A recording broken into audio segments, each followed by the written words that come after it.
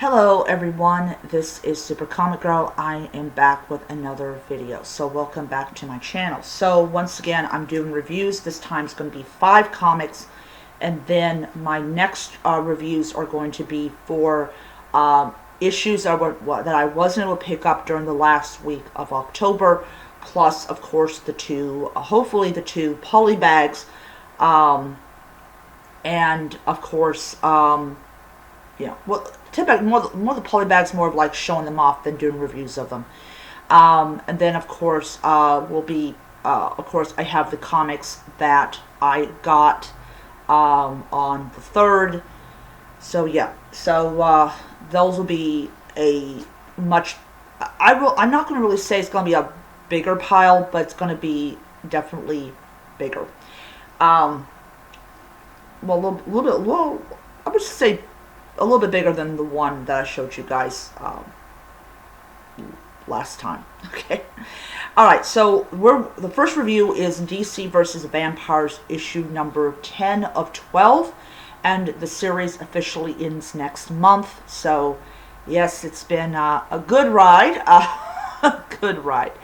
So once again, I'm going to give you four to five things that I liked about this issues, or these issues that I'm going to show, or 4 or 5 reasons I did not like the issue.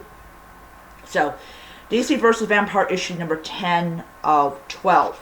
So first of all, I want to say the cover is absolutely awesome. No, I did not buy the variant. Yeah. Second thing I like about it is it's not in black and white. It's in color.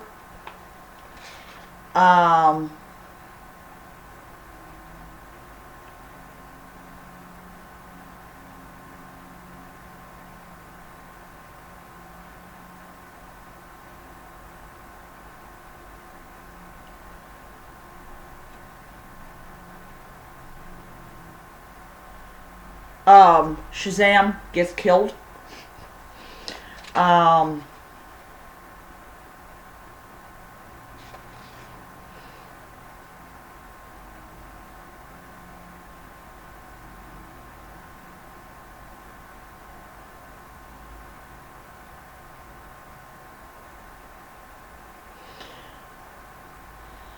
Yeah.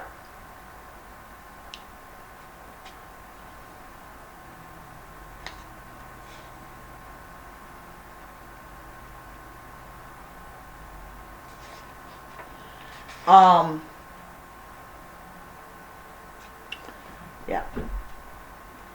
So, yeah, so the illustrations are absolutely wonderful. I absolutely loved them.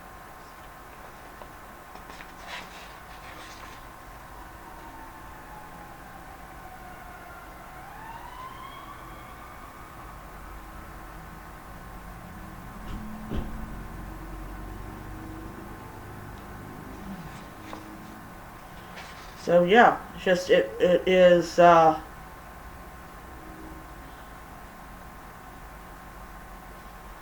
just, like I said, yeah, and the whole plan, they had, when they getting back to like the whole plan they had of getting back into Gotham was, of course, these, which basically essentially acts like the sun, which I thought was ingenious.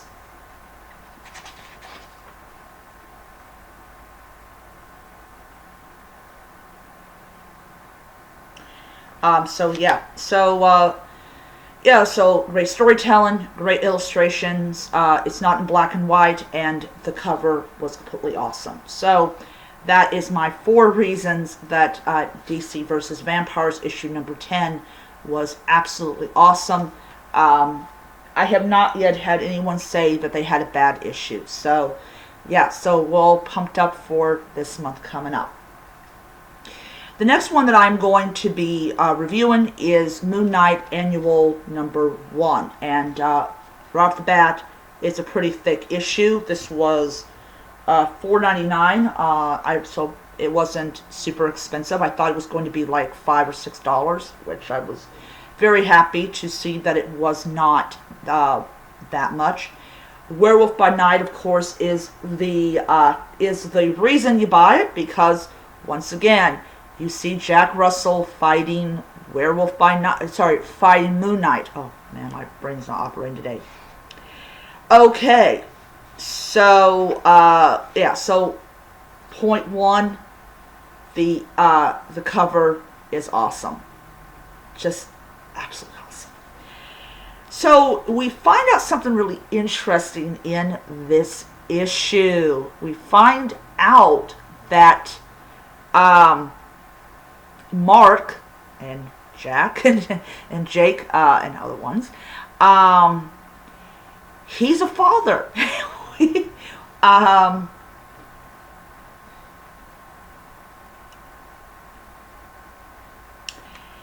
And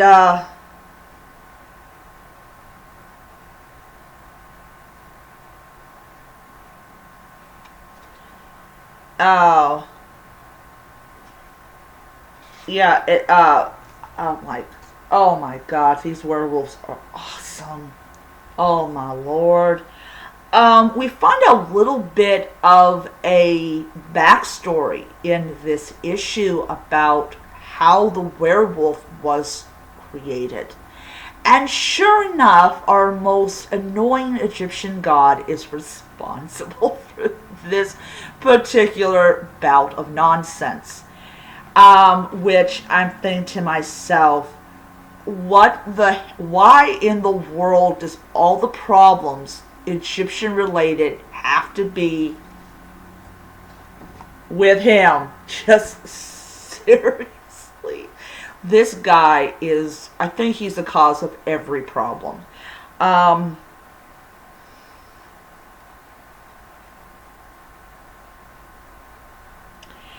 And basically, Khonsu, basically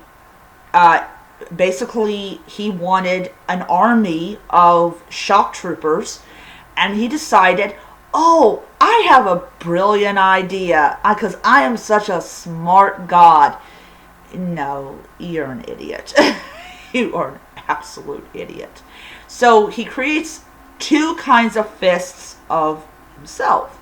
He's got Moon Knight, and he's got these shock troopers.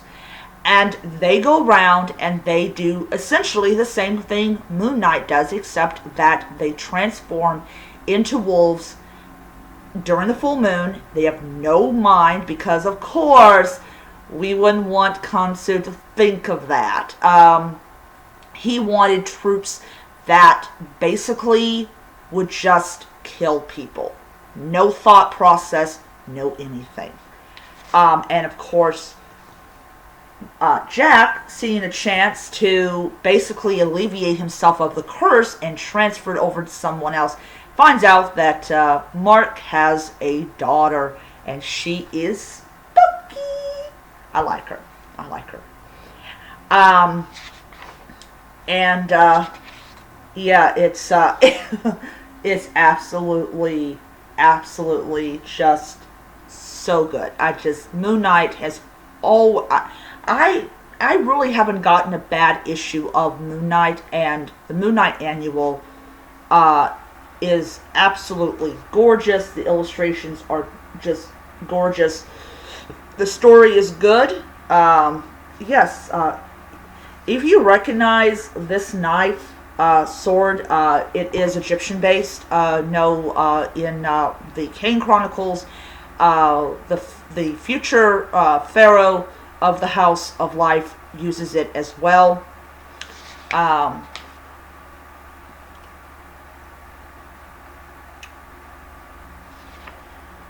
Yeah. So, yeah, it's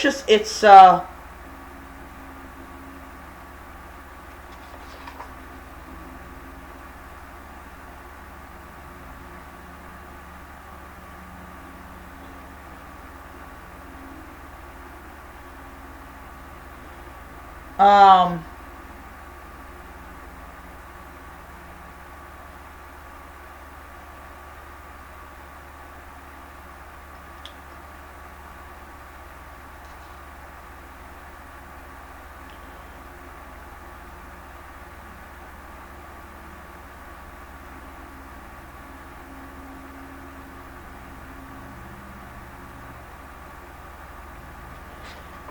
yeah.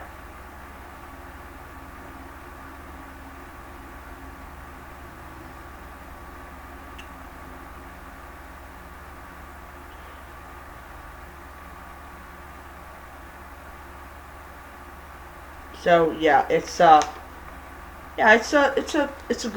good issue. I really enjoyed it. Like I said, no bad issues in Moon Knight. And of course, Mark now has to be a father. So yeah. So good illustration, good story, likable characters, and yeah. So I give it 5 stars, just like I give DC versus Vampires. Okay. Um, so we're going to review a Strange issue number 7. Um, and I am going to say that this is just a whole comic book full of the Sorcerer Supreme and her deceased husband freaking just killing things or re-killing things. Um, oh. So the illustrations are really good. I'm not a fan of the variant. I should have got the other one, but I didn't. I do not know why. I'm getting really sick and tired of Miracle Man variants. I'm like, oh, can we please just stop them? You know, it's equal. It's equal, like talking and fighting, but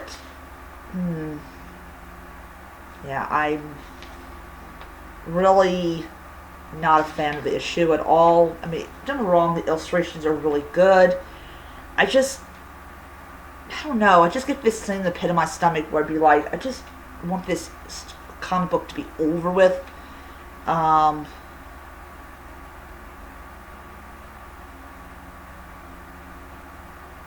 and, yeah. Of course, once again, it's to be continued. So hopefully issue number 8 will be a heck of a lot better. But I will give this comic book like 1 star. Alright, so this is going to require me to open this up. So I told you guys before that I didn't do a review of Dark Crisis Young Justice issue number 5 because I did not have the other issue. So this is a review of Dark Crisis Young Justice issue number 1. I am going to say right off the bat, I did like the variant cover. So for me to understand issue number 5, I wanted to understand the whole thing. So this actually takes place during the funeral for the Justice League. Everybody is very sad, which is typical you be at a funeral. No, they're not wearing black. I don't really think that black is, not everybody should wear black. So, first of all, I want to say I sort of like the illustrations of it.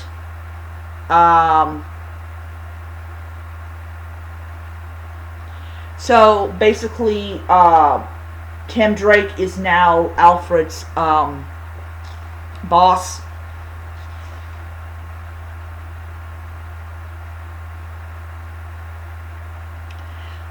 And, the death of the Justice League has really affected them, and I really do like the how they, especially how Superboy and Tim Drake are both like handling their grief, which Superboy is doing more of binge eating, which is what my aunt did.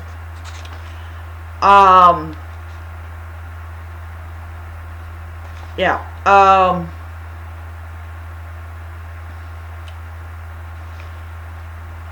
So the story is I'm not gonna say it's okay. It's pretty good. I know some people say that the Young Justice one of it was not really good. I am going to say that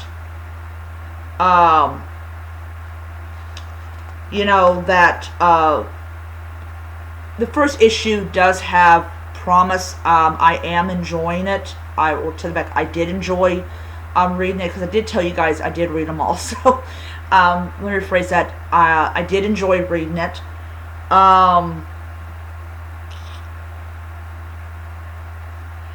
And I just like how are the heroes that are still around, literally the sidekicks, they are handling it. I am going to say something about this. What the fuck is the Cloud? Like, is it like she's so, like, her tagline is so freaking corny. And literally the Cloud just does not move. It just says in one position, her ample cleavage. Just, oh my god, it is freaking hilarious. So yes, it was her ample cleavage. So I'm going to continue to read this. I'm going to go back and get issue number 2. But yeah, so it's got some hope. So yeah, it's good enough to where I'll continue to read it. But if it goes bad, I'll just be like, okay. I'm not going to give 5 reasons. I'm just holding out judgment until a little bit later on. So, all right. So this is the one. So I told you guys earlier that that I was going to talking about like something's killing the children. I was going to get the other issues before issue 25 to understand what is going on in issue number 25. And I mentioned another comic that I had gotten that I'm actually going to have to read previous issues. So this is Rogues Gallery issue number 4. Now, so I am at least 3 issues late in this series. I don't know if they're doing if issue 4 is the end of the story arc or what, but we do know it's definitely the end of her. Well, for right now, it's the end of her problems. So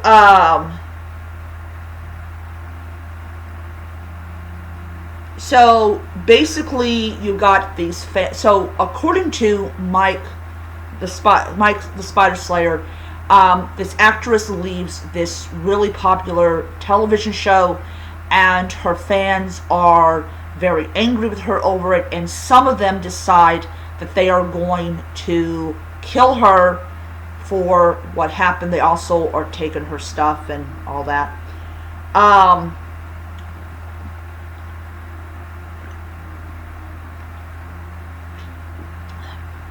This was a comic book that I could not stop talking about at work.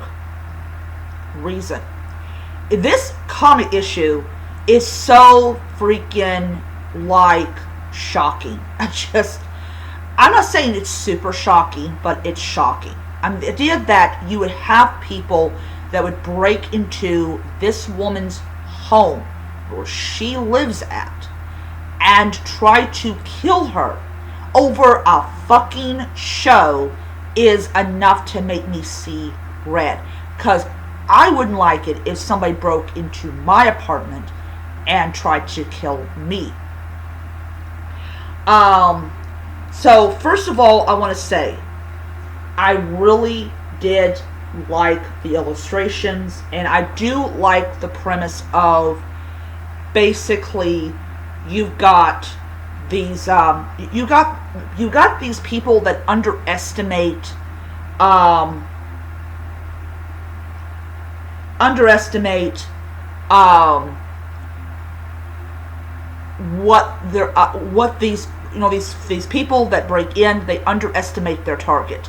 So basically you've got, of course, I think there's a line from the movie, but yeah, he literally is like,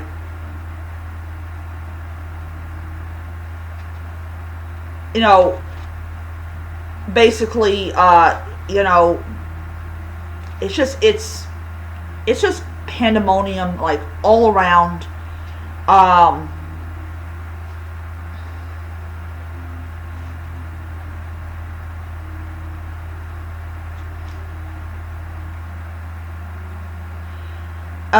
and yeah, so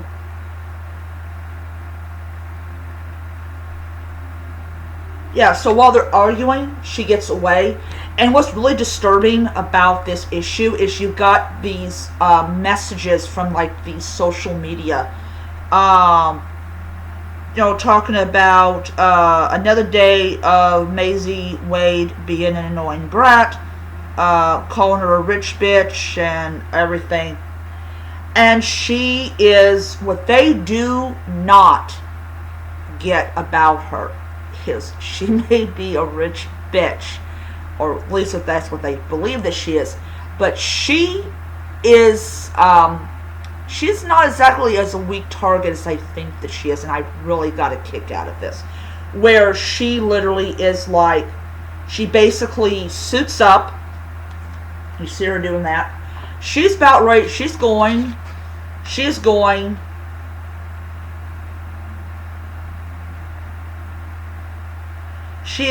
basically, basically just, she's taken off the gloves. And one of the things that they assume about her is that she is unable to defend herself. Um,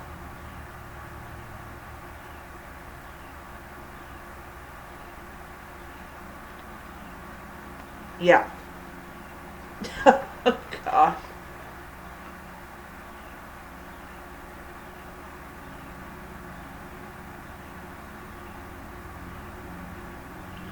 Oh, man.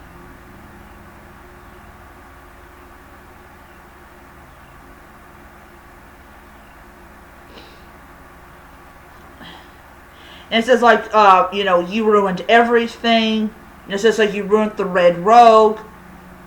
And then she says, you ruined my life, talking about the fact is that, that her husband was killed. Then it's like, you ruined my Red Rogue down, you ruined everything, and now you're going to pay. Basically, I'm going to kill you. Yeah, and she, of course, she gets help. But yeah, so I'm going to say this was a really great issue. It's first of all very original. Second of all, it's something I couldn't stop talking about because of just how shocking it was. Third of all, you really saw this woman who had gone through all this training by stuntmen, how to kick and how to avoid this and avoid that. And basically, she was in this show for 10 seasons. 10 years this show was super popular, and she went through extensive training from stunt doubles, and it finally paid off, and paid off big. And she kicked ass. Yes, she did have help, which is always good to have, but honestly, this was a kick-ass issue. I'm really, really upset that I got started this as issue 4, but I'm going to go on Amazon and try to find issues 1 through 3, read those, and yeah, so hopefully they'll bring it back. It's supposed to be a trade paperback. It's supposed to be 10/5/22. However, that's like way past, so I don't know.